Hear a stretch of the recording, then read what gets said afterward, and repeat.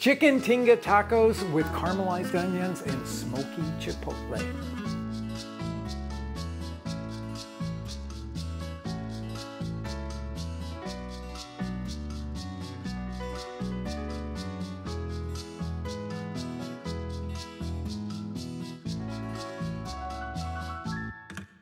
Hello and welcome back to my kitchen. The next page in our taco manual is one of my favorite recipes of all time, and I think it will become one of yours. It is tacos of chicken tinga.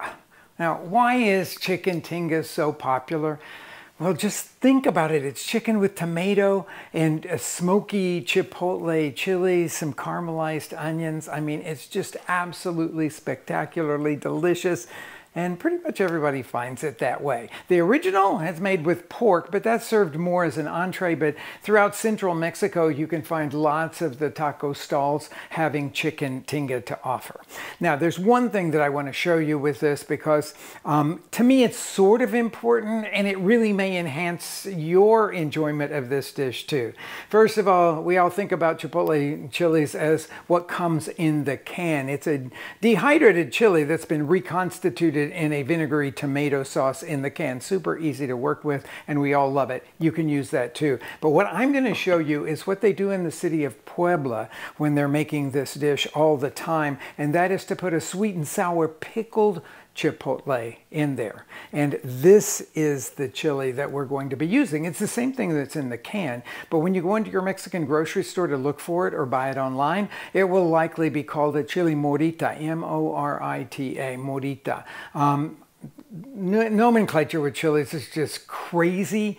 Just take my word for it. You'll buy dehydrated morita chilies. So we're going to make this sweet and sour brine for it. I'm starting off here with apple cider vinegar, and I'm going to dilute it by half with water. So I've got a half a cup of vinegar, half a cup of water. I've already got my pan on here heating just to make this whole thing go faster. And so I'm going to put it over kind of a medium heat now and bring that to a boil. And we're going to sweeten it with piloncillo. You can use regular sugar if you want, or dark brown sugar.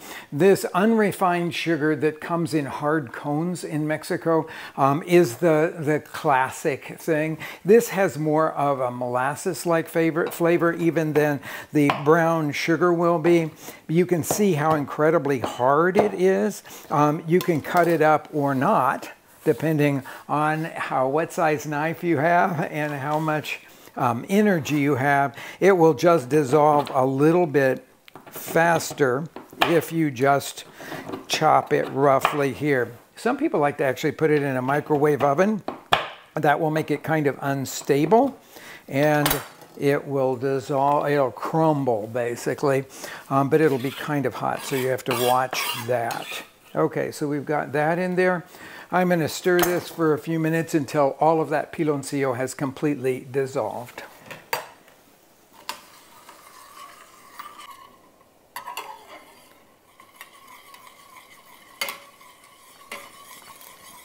That piloncillo is finished now dissolving in the vinegar and water. I've got 3 cloves of garlic and I'm going to put those in there. The dried chilies, for this amount, it's about 20 pieces, about 2 ounces of those little chilies there. I'm going to measure in now half a teaspoon of salt. And we're going to let this simmer for a couple of minutes. I'm going to pour these into a bowl here.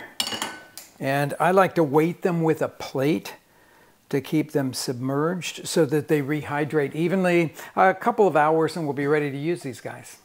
Now on to the tinga. I said that it has caramelized onions in it, and it's a fair amount of onion. We're talking a different kind of caramelized onions than the kind that you would use for a French onion soup where they're fall apart tender. Typically in the Mexican kitchen, when you're caramelizing onions, you're doing it over a fairly high fire. So I've got my skillet already on a medium-high heat here, preheating so that I can start this. And we can start to get some beautiful color on these onions before they get too soft. Now I've even had an all-vegetable tinga in the city of Puebla that was mostly just caramelized onions with some tomato and those pickled chipotles. Okay, so we need some fat to do this. I'm going to use olive oil. You could use any kind of fat that you want. A lot of times people in Mexico would use fresh rendered pork fat for this one, but I'm going to nicely coat the bottom of a very large skillet with some olive oil, and then I'm going to put in the onions.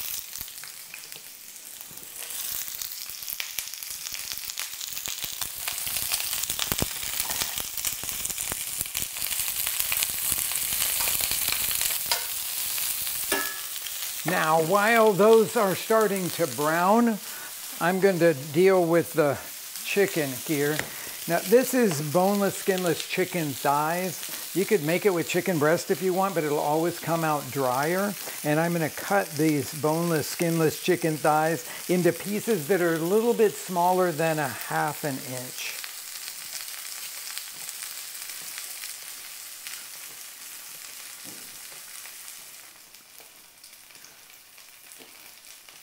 All right, the chicken is going to go in. The onions are browned. And at this point, I really want to really spread out the chicken so that it touches the bottom of the pan.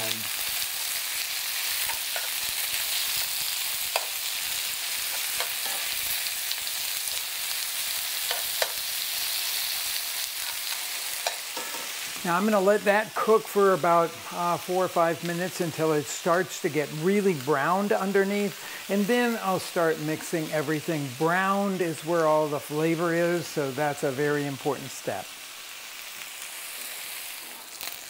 Okay, I'm going to just scrape all this beautifully browned chicken up, and I'm going to add chopped garlic.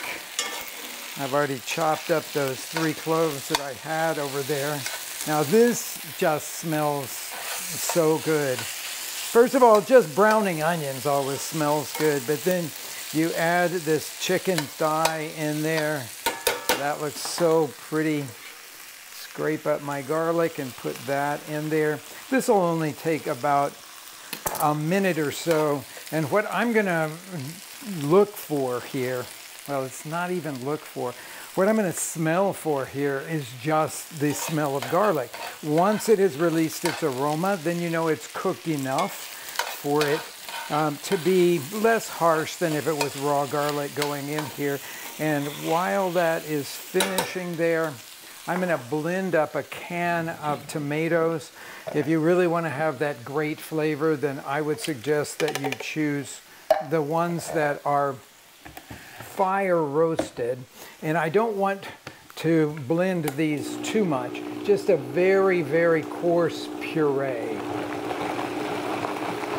And I think that'll be about right for this. So very little pureeing, but it is pureed, but it's got a lot of texture to it. That'll go into the skillet here. And then I'm going to stir that around just to mix it, and we will add the other 2 seasonings, one of which, of course, is going to be the chipotles. So if you're working with the canned chipotles for this dish, then you will just open the can and chop up 3 or 4 of them. Since I'm working with the sweet and sour pickled chipotles here, I'm going to pull out 3 of these. I'm going to put 4 of them in there because their flavor is so dynamic, sort of smoky, sweet, and spicy. And when you're working with small chilies in Mexico, it's very typical to leave the seeds in them in the salsa or sauce. Not so much for the dried chilies that are large, like ancho or guajillo. So I'll chop those. Well, I'm really just slicing them thinly here. We'll sprinkle that over the pan. And then I'm going to add a little bit of Mexican oregano, a very, very classic flavor to go into the tinga. I'm going to put about a teaspoon or so of it. And when you buy this in the Mexican grocery store, it will come in the whole leaf form. And you put it in the palm of your hand and then rub both palms together like this and over the pan. And that crushes everything. And if there are any stems in there, it will break the stems up. We're going to let this simmer for a few minutes until it gets, it all comes together and is like a really lovely taco filling consistency. Not too runny, but not too over reduced and stiff. This is looking and smelling really, really great. I'm going to add a teaspoon of salt to it, which is usually what this takes. But then, of course, we'll have to taste it as well and see where it is and adjust seasonings. One of the ways that you might adjust the seasonings with this also is with a little bit more vinegar or more of the juice from those chilies that we pickled here. So I'm going to give this a little taste. Needs two things. It needs a bit more salt, and it needs some of the acid from the chilies, so I'll just pour a little bit of that in there. It's really nicely spicy. Those chilies are not the spiciest things in the world, but we put quite a few of them in here.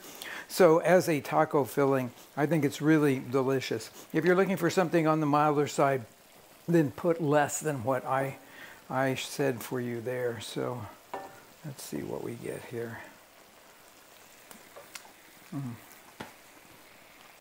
While this is finishing simmering, we've got some really classic garnishes. Of course, we've got our hot corn tortillas for this. And then I've got avocado and fresh cheese, two things that are absolutely delicious with this. I'll show you one of the ways that I like to, it's a kind of street vendor, a way of dealing with avocado, and that is to cut through the avocado skin so that you have these beautiful slices here, and you can just peel off the outside of it and then cut up like that. It makes it just really easy, and then as you're making tacos, you just peel each slice and they stay in really great shape that way. We've got the fresh cheese that's already crumbled there. We've got a little bit of cilantro here because I just like the way that it looks. So let's build tacos now. So I've got corn tortillas. I'll grab a couple of them and put them on a plate here like that. We've got our finished chicken tinga, and I'm going to use a spoon to just grab some to layer down in the middle here of the tortillas. That looks good, and it certainly smells absolutely beautiful. A little bit of avocado over the top there, like that. Our sprinkling of the fresh cheese over it. I'm just going to lay on a couple of wedges of lime because, of course, you need that always to squeeze on top. And then some cilantro leaves. And I'll tell you, you've got a beautiful, beautiful taco there. You're going to want to make these.